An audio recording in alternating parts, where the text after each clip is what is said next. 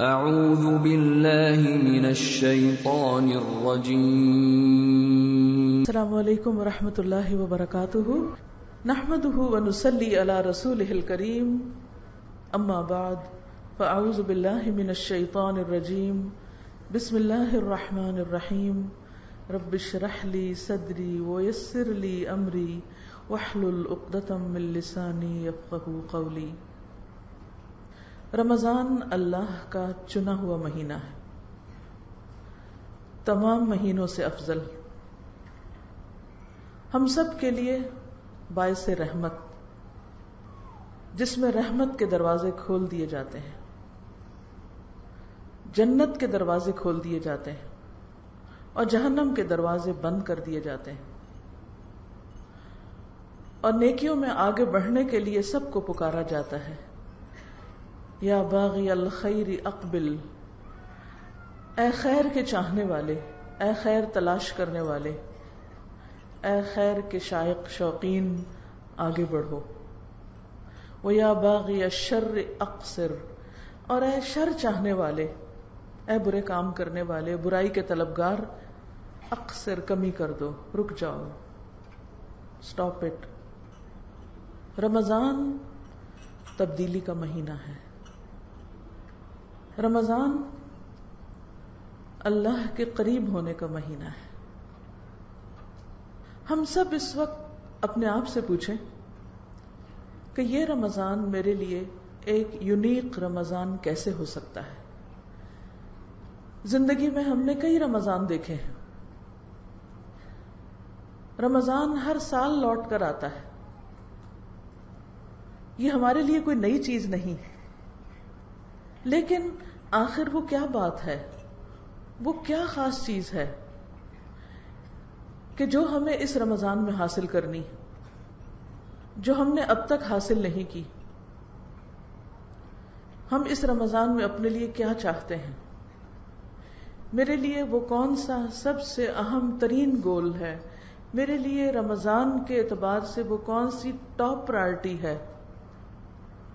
وہ کون سی ایک خاص چیز ہے کہ جس پر میں نے کام کرنا ہے پورا رمضان، اور پھر اینڈ پر دیکھنا ہے کہ کیا وہ چیز میرے اندر آئی ہے یا نہیں.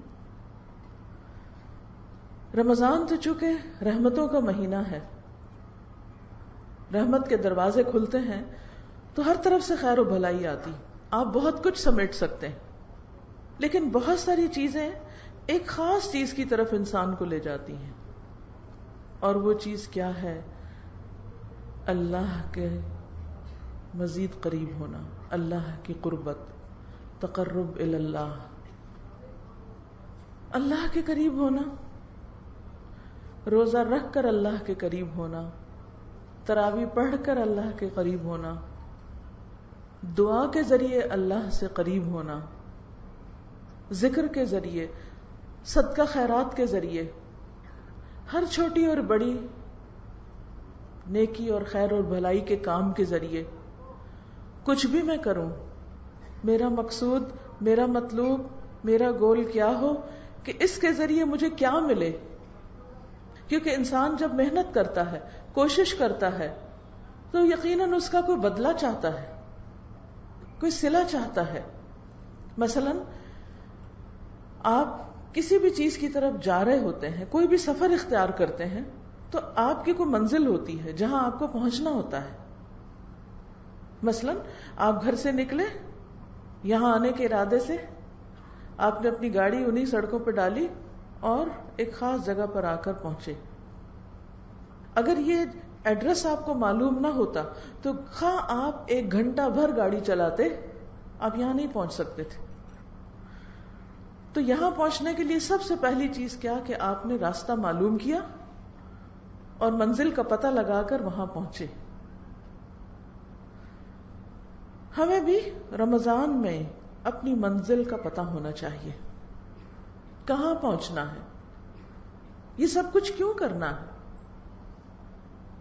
میں آج دورہ قرآن سننے جا رہی ہوں، میں قرآن کی تلاوت کر رہی ہوں، میں قرآن پڑھا رہی ہوں، میں ذکر کر رہی ہوں، میں کھانا بنا رہی ہوں کہ کسی کو کھلا سکوں، کسی کا روزہ افطار کرا رہی ہوں، کسی کے لیے سحری بھجوا رہی ہوں، کسی کے لیے راشن کا بندوبست کر رہی ہوں. کیوں کر رہی ہوں؟ کیا چاہتی ہوں؟ مجھے کیا حاصل کرنا ہے؟ ایک ہی چیز ہر وقت ذہن میں گونجتی رہے، مجھے اللہ کا قرب چاہیے، اس کے سوا کسی اور چیز پہ راضی نہ ہوں. مجھے ہر کام سے اللہ کا قرب چاہیے. جب روزہ رکھ رہے ہوں، سحری کے لیے اٹھے، نیند سے آنکھ نہیں کھل رہی، تھکے ہوئے ہیں رات کے، لمبا قیام کر کے سوئے، اب اٹھا نہیں جا رہا. کیوں اٹھنا ہے؟ کس کے لیے اٹھنا ہے؟ اللہ کے لیے اٹھنا ہے. اس تکلیف سے، نیند توڑنے سے کیا چاہیے؟ اللہ کا قرب چاہیے. مجھے اللہ کے قریب ہونا ہے، کیونکہ میرے لیے وہ ہستی سب سے اہم ہے. باقی سب تو اس کی مخلوق ہیں. کوئی پیارے سے پیارا انسان آپ کا اس کی کریشن ہے.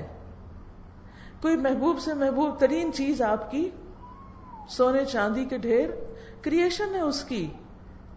یہ نہیں، ان کا بنانے والا چاہیے، اس کی محبت چاہیے، اس کی رحمت چاہیے، اس کی معرفت چاہیے، اس کی پہچان چاہیے. دنیا میں جتنی بھی چیزیں ہیں، کل من علیہا فان، سب فنا ہونے والی ہیں، سب کچھ ختم ہو جائے گا. کسی بھی چیز کے پیچھے بھاگتے رہیں، جتنا چاہے بھاگیں، کوئی بھی چیز سمیٹیں، جتنی چاہے سمیٹ لیں، لیکن بالآخر ہر چیز کو ختم ہونا ہے. وہ سب چیزیں رکھی رہیں گی، آپ چلے جائیں گے دنیا سے.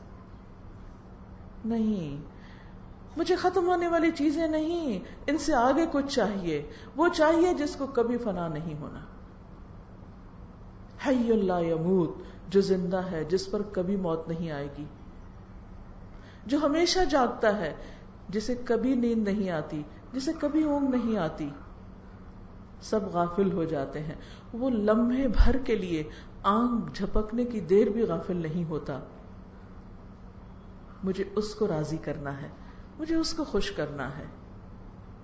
اس لیے رمضان کی ساری بھاگ دوڑ، سال کے 11 مہینے تو ہم دنیا کے پیچھے بھاگتے رہتے ہیں نا، لیکن رمضان کی ساری بھاگ دوڑ صرف اور صرف ایک اللہ کے لیے. ان صلاتی و نسکی و محیای و مماتی للہ رب العالمین لا شریک لہ وبذلک امرت وانا اول المسلمین. مجھے یہ نہیں دیکھنا کہ کوئی اور یہ کر رہا ہے یا نہیں. انا اول المسلمین، میں سب سے پہلے سر تسلیم خم کرنے والا. تو صبح سے لے کر رات تک کوئی بھی کام کرے، مثلا اٹھنے کے بعد آنکھیں نیند سے بھری ہوئی ہیں لیکن آپ اللہ کے حضور کھڑے ہیں، تو وہ بھی آسمانی دنیا پر قریب آ کر آپ کو پکار رہا ہے، مانگو جو مجھ سے مانگنا چاہتے ہو، میں دوں گا تمہیں. تو جب انسان کا کنیکشن اس کے ساتھ ہو جاتا ہے تو نیند جیسی چیز بھی چلی جاتی ہے. آپ نے دیکھو گا، آپ گہری سے گہری نیند سوئے، لیکن اگر کوئی آپ کا محبوب ترین انسان آ جائے تو کیا آپ سوتے رہیں گے؟ سب چھوڑ کے آپ اٹھ کھڑے ہوں گے اور یہ ظاہر بھی نہیں کریں گے کہ میں نیند سے اٹھا ہوں. یہ ناگواری کے اثرات بھی نہیں آئیں گے. پھر آپ دیکھیے کہ آپ کچن میں جاتے ہیں، افطاری بناتے ہیں یا لگاتے ہیں، یا جو بنا رہے ہیں ان کو انسٹرکشنز ہی دیتے، کچھ بھی کرتے ہیں. اس وقت آپ کو احساس ہوتا ہے باقی سب گھر والے سو رہے ہیں، میں کیوں جاگ رہی ہوں؟ یہ کیا مصیبت ہے؟ سارے کام میرے ہی ذمہ، سب آرام کریں اور میں کام کروں. اس سے اچھا تھا عورت نہ ہوتی، کچھ اور ہوتی، عورت نہ ہوتی. اتنے کام کرنے پڑتے ہیں، اتنی ذمہ داریاں ہیں مجھ پہ. کیا سوچ آپ کا دل ٹھنڈا کر دے گی؟ کیا چیز آپ کے اندر ایک خوشی کی لہر دوڑا دے گی؟ کس چیز سے آپ پرسکون ہو کر شکر گزار ہو جائیں گے کہ اللہ تیرا شکر ہے، تو نے مجھے اس کام کے لیے چنا کہ میں سارے گھر والوں کے لیے سحری کا انتظام کروں، سب کو میں کھانا کھلاؤں. میں کیوں کھانا بنا رہی ہوں؟ میں کیوں سحری تیار کر رہی ہوں؟ میں کیوں کچن میں کھڑی ہوں جبکہ لوگ آرام سے ابھی سو رہے ہیں؟ کس کے لیے؟ کس کے لیے؟ اللہ کے لیے. تاکہ میرا رب مجھ سے خوش ہو جائے. سارا غم جاتا رہے گا کیونکہ رب چاہیے. پھر اس کے بعد آپ سب کو کھلا چکتے ہیں, سب میز چھوڑ کے چلے جاتے ہیں. باقی کام کس کا رہ جاتا ہے؟ آپ کا رہ جاتا ہے. اور کبھی کبھی غصہ بھی آنے لگتا ہے, یہ کیا بات ہوئی, اٹس انفیئر, اور آپ برتن پٹکنے لگتے ہیں, غصے میں آ جاتے ہیں. روزہ رکھا ہوا ہے, غصے سے بھرے ہوئے ہیں, کیا فائدہ ہے ایسے روزے کا؟ ایک ایک برتن کیوں پیار سے اٹھاؤں, کیوں واش کروں یا واش کرنے کے لیے رکھوں؟ کس کے لیے؟ اپنے رب کے لیے. ہم دنیا بھر کے انسانوں کی خدمت کو باعث فخر سمجھتے ہیں. اگر کسی شخص کے بارے میں آپ کو یہ پتا چلتا ہے کہ وہ سوشل ورکر ہے, وہ خدمت خلق کا کام کرتا ہے, وہ انسانوں کی فلاح و بہبود کا کام کرتا ہے, آپ بہت خوش ہو جاتے ہیں, آپ اس کی بہت عزت کرتے ہیں, احترام کرتے ہیں. اتنا اچھا انسان, یہ انسانوں کے کام آتا ہے. لیکن کیا وہ انسان نہیں جو آپ کے گھر میں ہے؟ گھر والوں کی خدمت, گھر والوں کی مدد کر کے آپ کے اندر وہ اطمینان کیوں نہیں آتا؟ آپ اس کو کام کیوں نہیں سمجھتے؟ وہ باعث اجر کیوں نہیں؟ اس پر کوئی اور آپ کو اجرت نہیں دے سکتا, لیکن وہ جانتا ہے جس کے لیے آپ کر رہے ہیں. پھر چونکہ تنہائی کا وقت ہوتا ہے تو اندر سے طرح طرح کے خیال اٹھتے ہیں. آپ کو اپنی کوئی بہن یاد آ جاتی ہے, اس کے گھر میں تو اتنے نوکر ہیں, اس کو تو ایسی اور ایسی فیسلٹیز حاصل ہیں, اس کے گھر میں تو آٹومیٹک واشنگ مشین ہے, ڈش واشر ہے, اور پھر آپ کی آنکھوں سے آنسو چھلکنے لگتے ہیں. میری قسمت پھوٹ گئی, میں یہاں کیوں آ گئی؟ ساری شکر گزاری جاتی رہتی ہے. نہیں بھائی, مومن کو تو ایک کانٹا بھی چبھتا ہے تو اس کے لیے اجر لکھا جاتا ہے, وہ اس کے گناہوں کا کفارہ ہوتا ہے. یہ آپ کے لیے امتحان ہے, اس کے لیے کوئی اور ہوگا جو آپ کو نہیں پتا. وہ ڈش واشر میں برتن ڈالتے ہوئے کسی اور بات پہ روتی ہوگی, آپ ڈش واشر کے لیے رو رہے ہیں, اس کے پاس ڈش واشر ہے, وہ پھر بھی رو رہی ہے, اس کا ہم و غم کچھ اور ہے.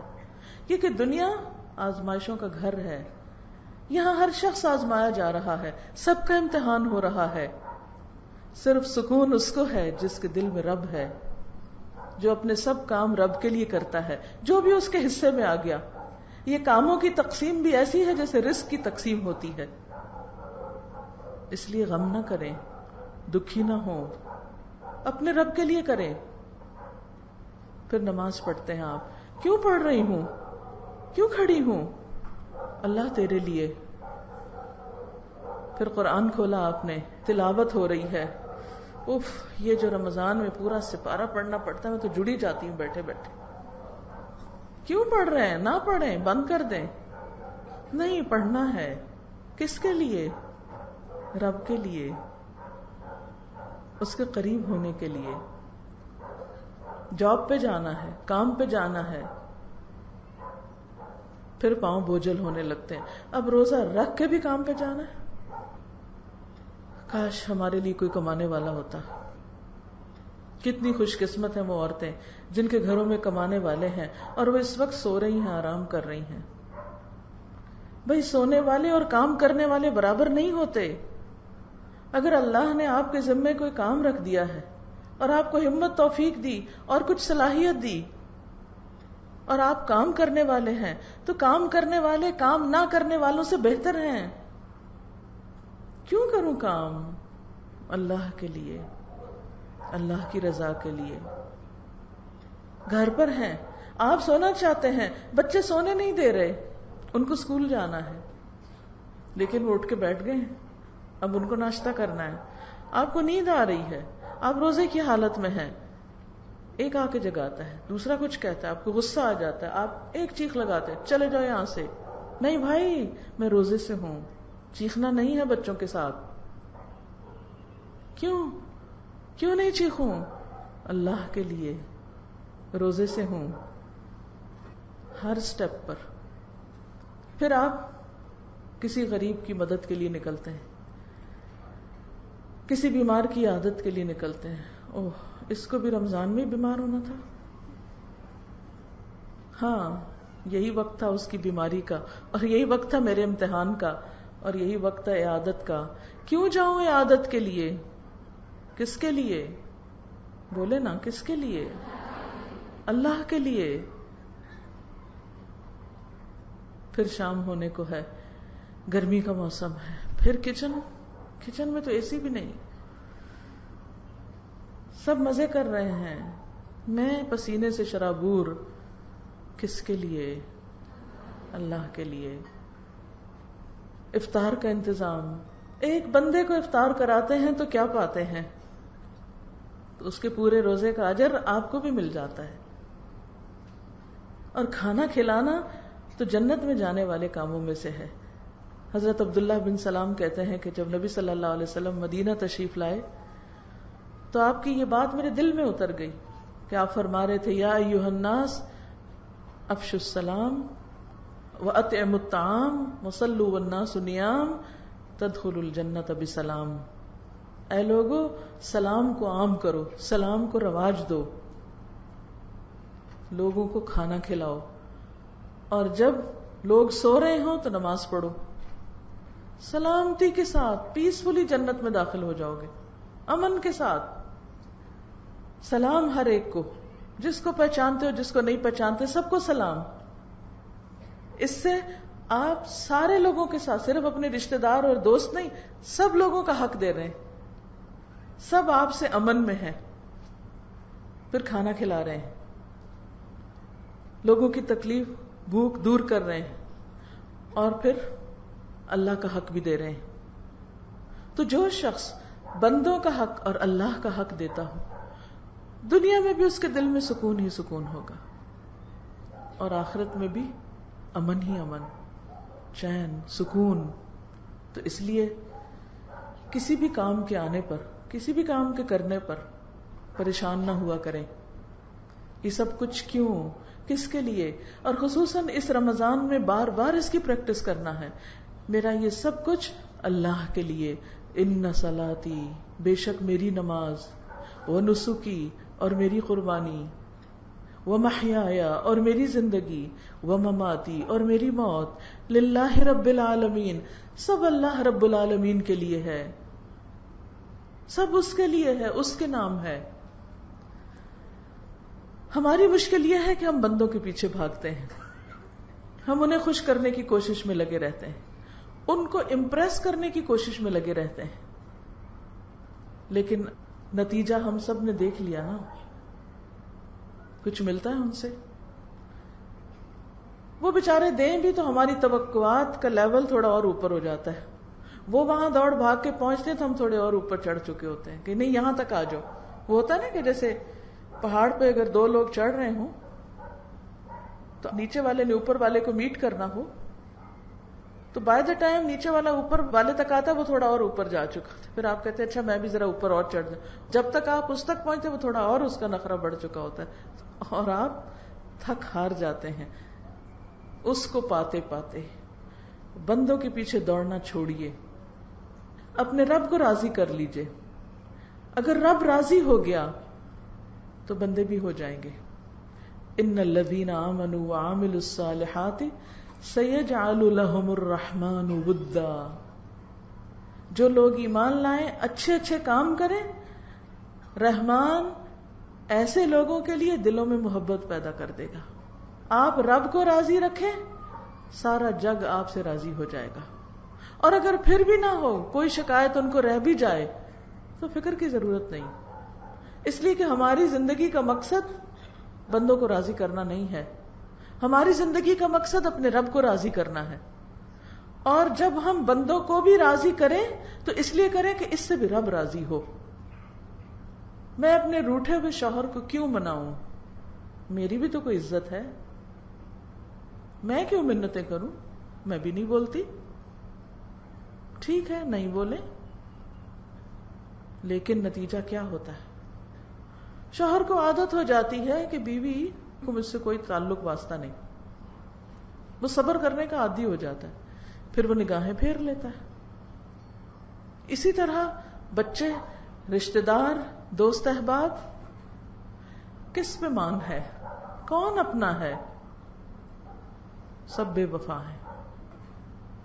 کس اعتبار سے؟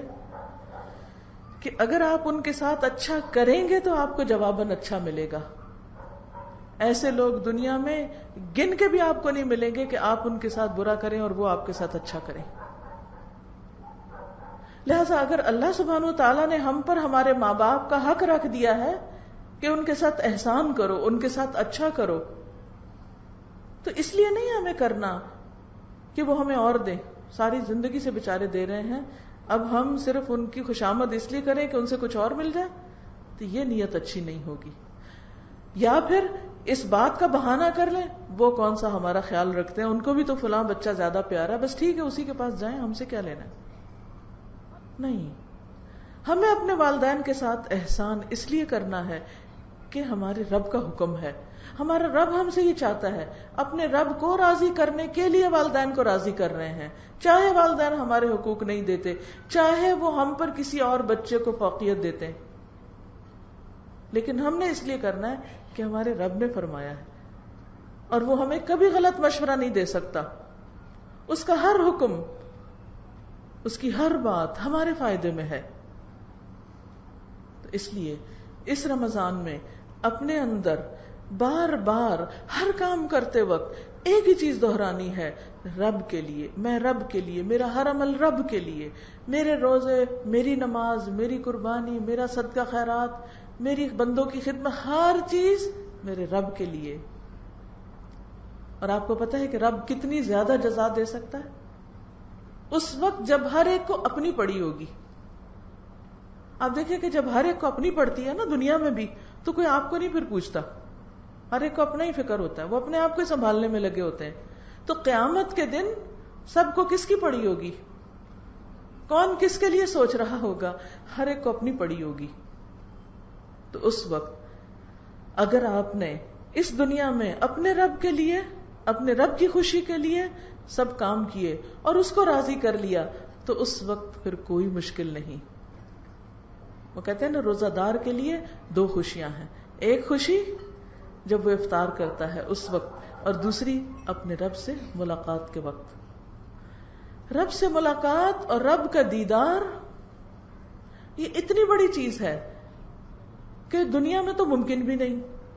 کیونکہ دنیا میں اس وقت کریشن میں سے سب سے مضبوط چیز کیا ہوتی ہے؟ پہاڑ سب سے مضبوط آپ کی چیز نظر آتی ہے نا. اور پہاڑوں میں سے ایک بہت مضبوط پہاڑ تھا، نام کیا تھا اس کا؟ طور، جس کی قسم اللہ نے کھائی. جب موسیٰ علیہ السلام نے یہ خواہش ظاہر کی کہ اللہ میں آپ کو دیکھنا چاہتا ہوں، رب ارنی، تو اللہ تعالیٰ نے کیا فرمایا؟ لن ترانی، تم دیکھ سکتے ہی نہیں، پاسبل نہیں، یہاں ممکن ہی نہیں، تمہارے اندر وہ کیپیسٹی ہی نہیں. وَلَكِنِ انظُرْ إِلَى الْجَبَلِ، پہاڑ کو دیکھو، فَإِنِ اسْتَقَرَّ مَكَانَهُ فَسَوْفَ تَرَانِي، اگر یہ اپنی جگہ رہ گیا تو تم بھی مجھے دیکھ لو گے. فَلَمَّا تَجَلَّى رَبُّهُ لِلْجَبَلِ، تو کیا ہوا؟ جب اللہ نے اس پہاڑ پہ تھوڑی تجلی ڈالی تو پہاڑ کا حال کیا ہو گیا؟ ریزہ ریزہ. اور موسیٰ کا حال کیا ہو گیا؟ وَخَرَّ مُوسَىٰ صَعِقًا، بے ہوش ہو گئے. پہاڑ بھی طاقت نہیں رکھتا مضبوط ترین ہونے کے باوجود.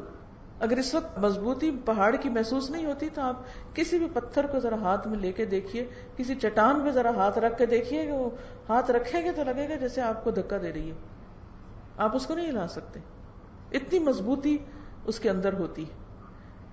اگر پہاڑ ریزہ ریزہ ہو جائے اس لیے کہ وہ اللہ کی تجلی کو برداشت نہیں کر سکتا، تو میں اور آپ تو پہاڑ کے مقابلے میں بہت ہی لچکدار ہیں، اس دنیا میں نہیں ممکن.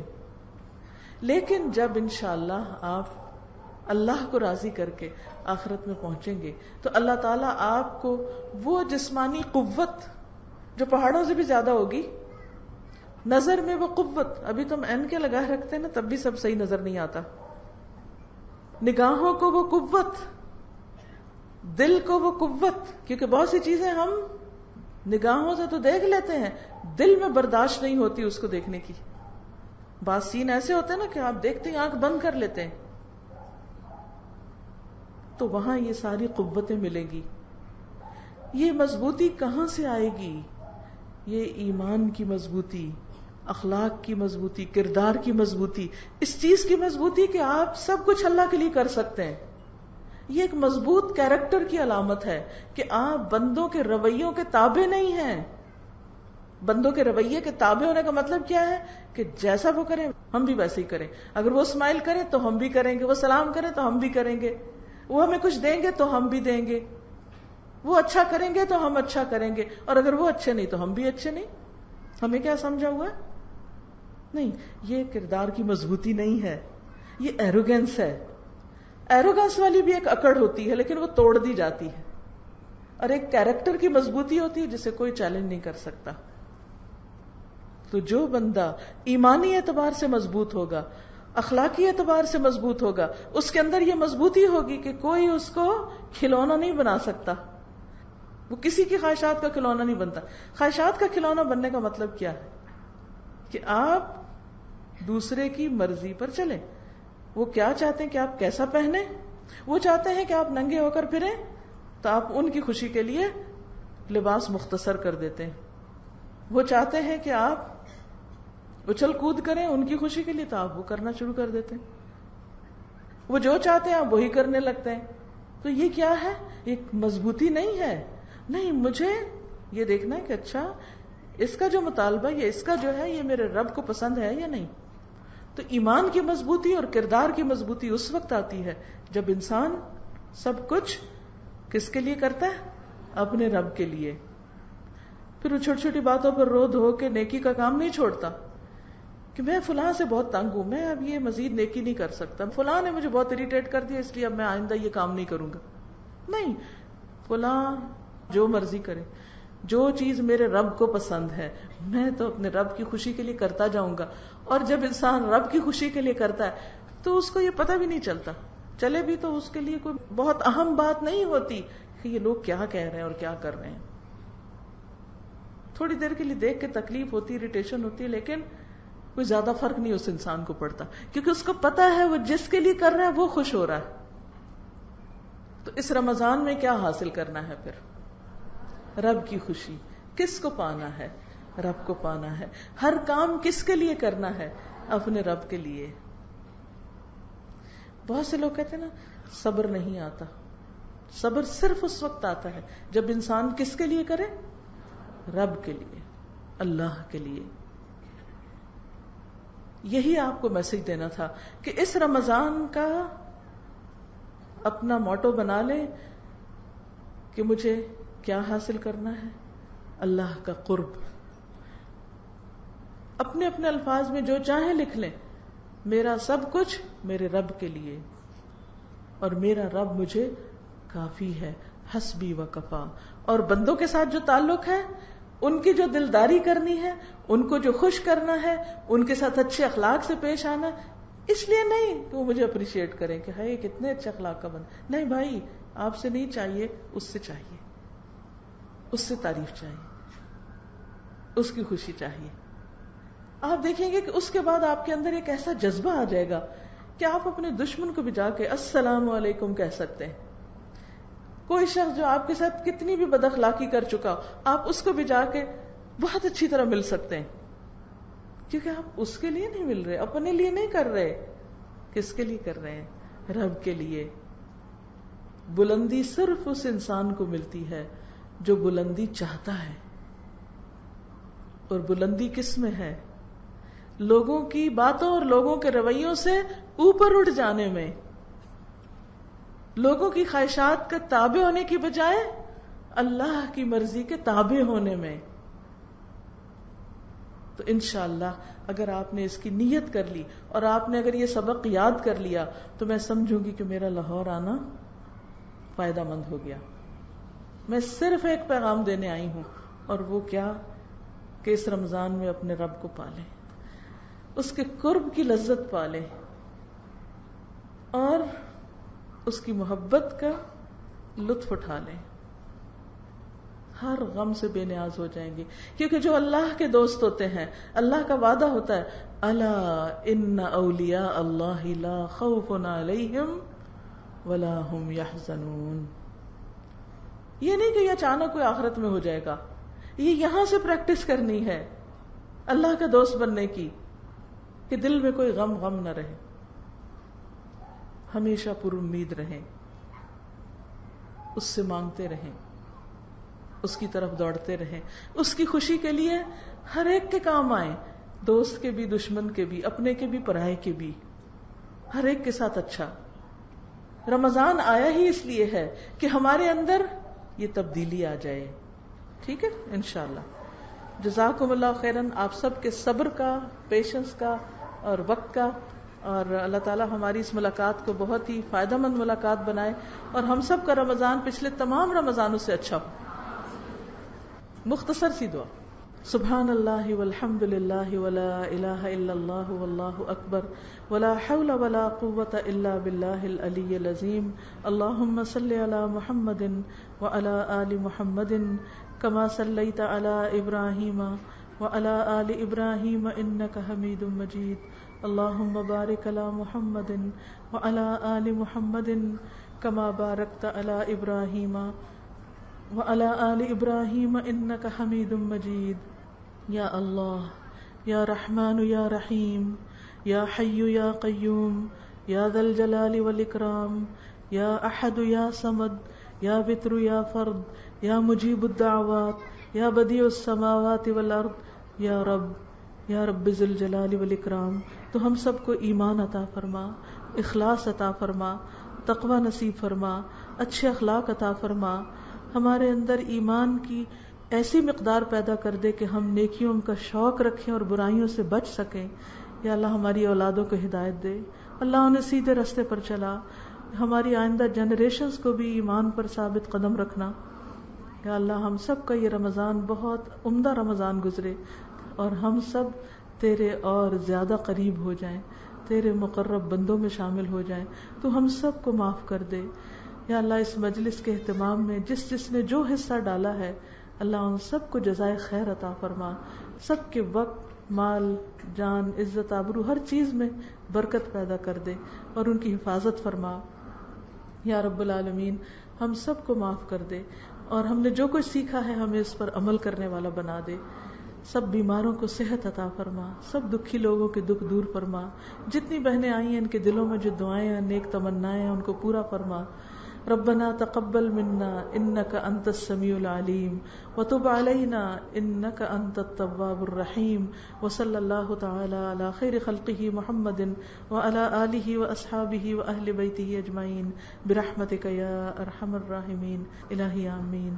سبحانك اللهم وبحمدك نشهد ان لا اله الا انت نستغفرك ونتوب اليك. السلام علیکم ورحمۃ اللہ وبرکاتہ.